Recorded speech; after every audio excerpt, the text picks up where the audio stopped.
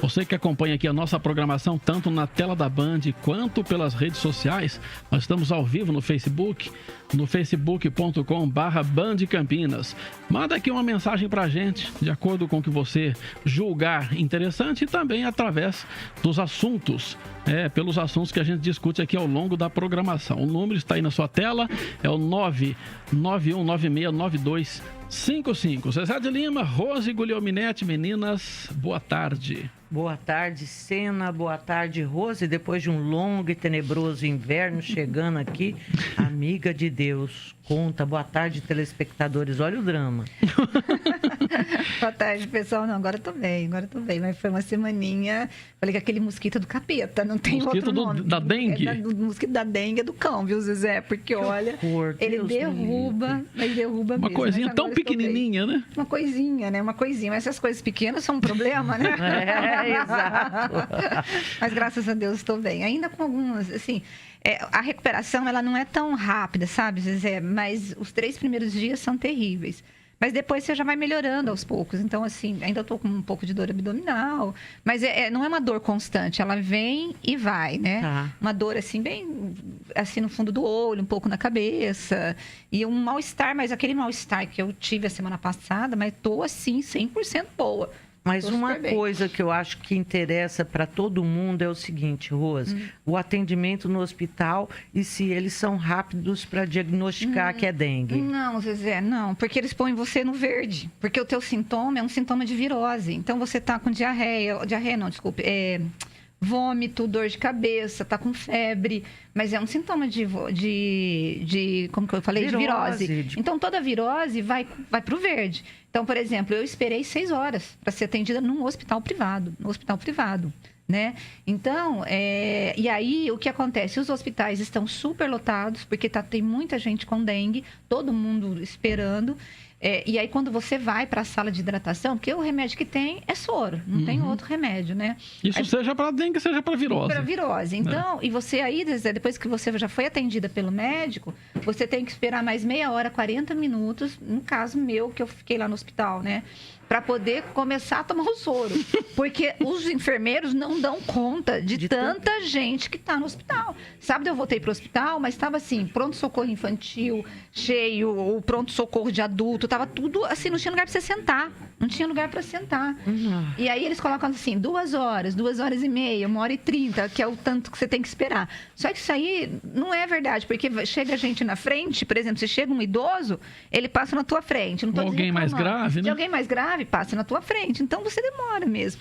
Então, assim, é complicado. E você, como tá mal, você não quer ficar lá esperando, né? Aí você fica largada, né? Você quer uma cama, você não quer sair, né? Mas ele coloca assim como suspeita de dengue? Não, ou nem isso? Não, ele já faz exame direto. Quando você... Aí você chega, por exemplo, a médica pegou os sintomas e tal, ela falou, já vou fazer o exame de dengue, já faz direto. Porque, por exemplo, na mesa da médica tinha um protocolo, que um papel enorme que eu li, orientações para diagnosticar já a dengue. Então, eles já estão preparados para diagnosticar. Aí manda pro exame. Isso, já faz o exame. Geralmente, o primeiro exame, ela falou que é comum, às vezes, não dar a dengue, porque a carga viral é baixa, né, no começo. Aí você tem que repetir no 6º dia. Porque aí você tem mais certeza, negócio das plaquetas e tal. Mas os médicos estão preparados, sim, para poder estar diagnosticando se é dengue ou não. Isso é ótimo. Isso é bom. Isso realmente é muito bom. Mas, como eu falei naquele vídeo meu que acabou viralizando, o Marcão disse que eu virei uma youtuber influencer. Eu falei, nossa, não quero virar influencer por causa de dengue, quero por outra coisa, né? Mas uma coisa que eu disse é que tá, assim, nas nossas mãos evitar a dengue, sabe, gente? É o que a Zezé falou assim, a Flórida é tão quente e não tem dengue. Por quê? Porque lá não tem sujeira, lá não tem lixo jogado, né? Não. Então, a educação, ela passa por nós. E não adianta só você limpar a tua casa, porque a minha casa, às vezes, conhece lá em casa. É limpinha a chácara, não tem um negócio fora do lugar, não tem água parada, não tem nada. O caso do dengue é água limpa, mas água parada. É água parada, exatamente. Só que, então, a gente precisa cuidar e todo mundo precisa fazer a parte dela, para não não ter problema.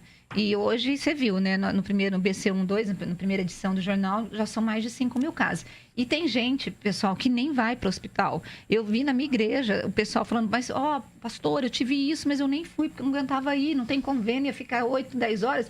Então, as pessoas ficam mal, ficam doentes, espera passar o ciclo e fica em casa. Então, para mim, Zezé, esses dados de 5 mil estão subnotificados. Pode ser mesmo. Eu acho, viu? Depois, a única coisa, quem for fazer isso, olha, gente, não aspirina faça, não pode. Não faça, o melhor é não fazer. A dengue mata. Exatamente. Isso é um perigo. Mas muita gente tem feito isso, viu, Zezé? Muito bem. Bom, meninas, vamos falar um pouquinho agora aqui de alguns assuntos, né? Que agora que a Rose explicou tudo o que aconteceu com ela e já está bem, graças a Deus, e deu também dicas importantes para as pessoas ficarem ligadas aí. Vamos falar um pouquinho da Previdência. Reforma da Previdência continua sendo um assunto forte, né? O governo vai colocar algumas mudanças lá, conversar com líderes dos partidos, mas vai passar ainda essa outra minuta pelas mãos do ministro da Economia, o Paulo Guedes, antes de seguir para a Comissão de Constituição e Justiça da Câmara dos Deputados. Vamos dar uma olhadinha na reportagem e a gente comenta depois. O Centrão, aliança de pequenos e médios partidos, espera que o relator da reforma na Comissão de Constituição e Justiça retire do parecer o que os parlamentares chamam de jabutis, pontos que não teriam que estar na proposta. Entre eles, o fim do pagamento da multa do FGTS para aposentados que continuam trabalhando com carteira assinada, a possibilidade de se alterar a idade máxima da aposentadoria compulsória de servidores públicos e a exclusividade da Justiça Federal em Brasília para julgar processos relacionados ao INSS. Os líderes do Centrão esperam que o relator apresente uma nova versão do parecer com as mudanças. Se houver consenso, aí sim, eles bateriam o martelo para aprovar o texto na terça ou na quarta-feira. Para o governo, é essencial não mexer na parte da proposta que limita o pagamento do abono salarial ao trabalhador com carteira assinada, que ganha até um salário mínimo.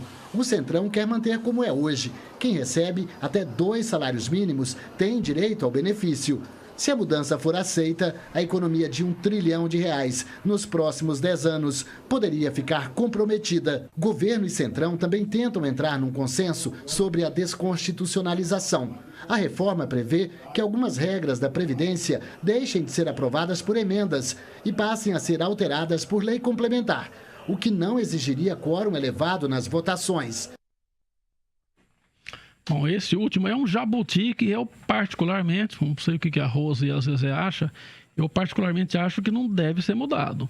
Porque a reforma, a Previdência Social é realmente um ponto importante, né? Uma coisa nevrálgica que em todo país que tenta modificar a Constituição para reformar a Previdência tem lá protesto, é uma coisa difícil de passar e eu acho importante que seja, porque senão cada governo que entrar achar a medida dele que tem que reformar a Constituição e reformar facilmente, né, não precisar do quórum qualificado, de a maioria qualificada, essa coisa toda, fica um pouco difícil. Então acho que é por isso que tem que discutir bem, o Congresso tem que apresentar as suas emendas, aquela coisa toda, mas quando reformar tem que ser duradoura, tem que valer por um período, para que não haja, né, nem excesso de um lado, nem excesso de outro. Então, esse jabutizão, eu acho que realmente precisa tirar de lá. Zezé. Não, eu concordo. Também acho que são questões extremamente sérias, que mexem com uma população inteira, para o resto da vida dessa população. Então, tem de passar por um quórum qualificado, sim. Né? E eu espero que mais tarde nós tenhamos aí um Congresso mais capaz, menos fisiológico, menos corporativista e que vai poder fazer essa análise de uma forma menos traumática para o país, né? E atendendo realmente às necessidades do país. Concordo, viu, Sena? Rose. Não, eu acho que sim. A única coisa, Zezé, é que eu acho que não está tão assim confortável. Hoje eu li no Globo que o presidente da Câmara, Zezé, acha que passa na Comissão de Justiça. Eu acho que ele falando é um termômetro, né? Rodrigo Maia falando é um termômetro. Agora, eu acho que o que está pegando é essa história do governo ter colocado sob sigilo nas mudanças, na forma que está sendo feito, quais os cálculos, qual é a técnica utilizada, o que vai estar mudando na nova reforma. Por que o sigilo, Zezé? Qual Ninguém a necessidade? Então, assim, o sigilo, na verdade, ele suscita pra gente que há algum jabuti, como o Sena falou, que precisa ser escondido, Zezé. Porque, então, assim, eu acho que eles querem impedir que a esquerda ou que a oposição acabe tripudiando em cima, mas não é isso. Esse tipo de reforma que vai mexer com a minha vida, com a vida de quem está nos assistindo, com a vida de todo brasileiro, precisa ter o mais de informação possível. A maior parte, mas assim, a informação tem que ser, olha, você ia se aposentar aqui, vai se aposentar aqui, nós estamos mexendo nisso, o cálculo que nós estamos usando é esse. Tem que ter verdade nisso, Zezé, tem que ter verdade, as pessoas precisam ter segurança. Agora, quando o governo bota sob sigilo, você fica, meu Deus, o que é isso? Aí o Rodrigo Maia disse o seguinte, que o sigilo é só agora nessa primeira parte, que quando chegar na comissão de redação, Zezé, não é de redação, não, é especial. Na comissão especial, eles vão ter que abrir os dados, porque é ali que se discute, né? Sim. O mérito, então não tem jeito. Mas eu não entendi, eu confesso que eu não entendi esse sigilo. Você entendeu, Zezé? O Paulo Guedes, eu entendi o seguinte, gente, quando você faz uma proposta dessa, você tem, esses estudos vão levantar também os pontos negativos, né? E vão colocar, ele destrincha tudo e coloca pontos também de vulnerabilidade, de tudo aquilo. E eu acho que é justamente isso que o Ministério da Economia não quer, para não dar munição para quem é contrário e tudo mais. Mas, inevitavelmente, isso vai ter que ser mostrado. Exatamente. Aí a gente chega num ponto que é aquele ponto... lembram-se da Clarissa Garotinho fazendo uma série de perguntas sobre como que eles chegaram naquele 1 trilhão e 100 bilhões e que o Paulo Guedes não respondeu sobre isso. Então, tem um monte de questões que, sim, por exemplo, o BPC, que é o benefício... Prestação continuada. Isso, para quem é miserável, para quem não tem renda nenhuma, né? Se mudar, voltar para o atual, em vez de 400 aos 60 e um salário mínimo só aos 70, qual é o impacto que vai ter? Nem isso o governo abriu.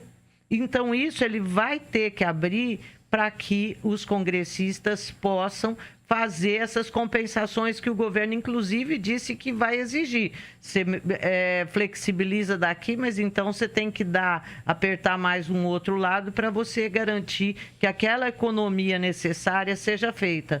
Então, eu, vendo a matéria, a conclusão que eu cheguei, acho que é só nesse momento mesmo, porque não tem como. Vai ser colocado. Mas tudo bem, Zezé. O problema é que não tem sentido. Ele vai fechar a informação agora, para daqui 2 semanas abrir.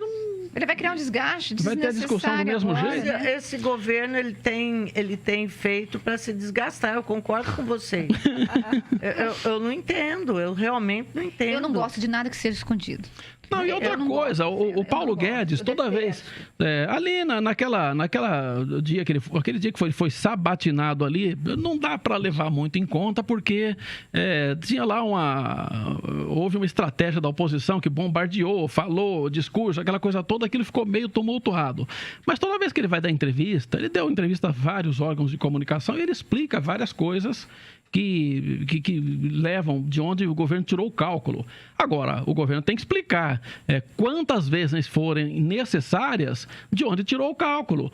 Por que pretende? De que forma que vai economizar dinheiro? O que economiza? Exatamente. Quanto? O BPC desse jeito economiza quanto? Porque senão você não vai conseguir convencer a opinião pública de uma maneira geral, a sociedade brasileira, que é necessária a reforma. Eu acho. Não tem jeito, né? Concordo. E eu acho que o governo está patinando com esse negócio aí.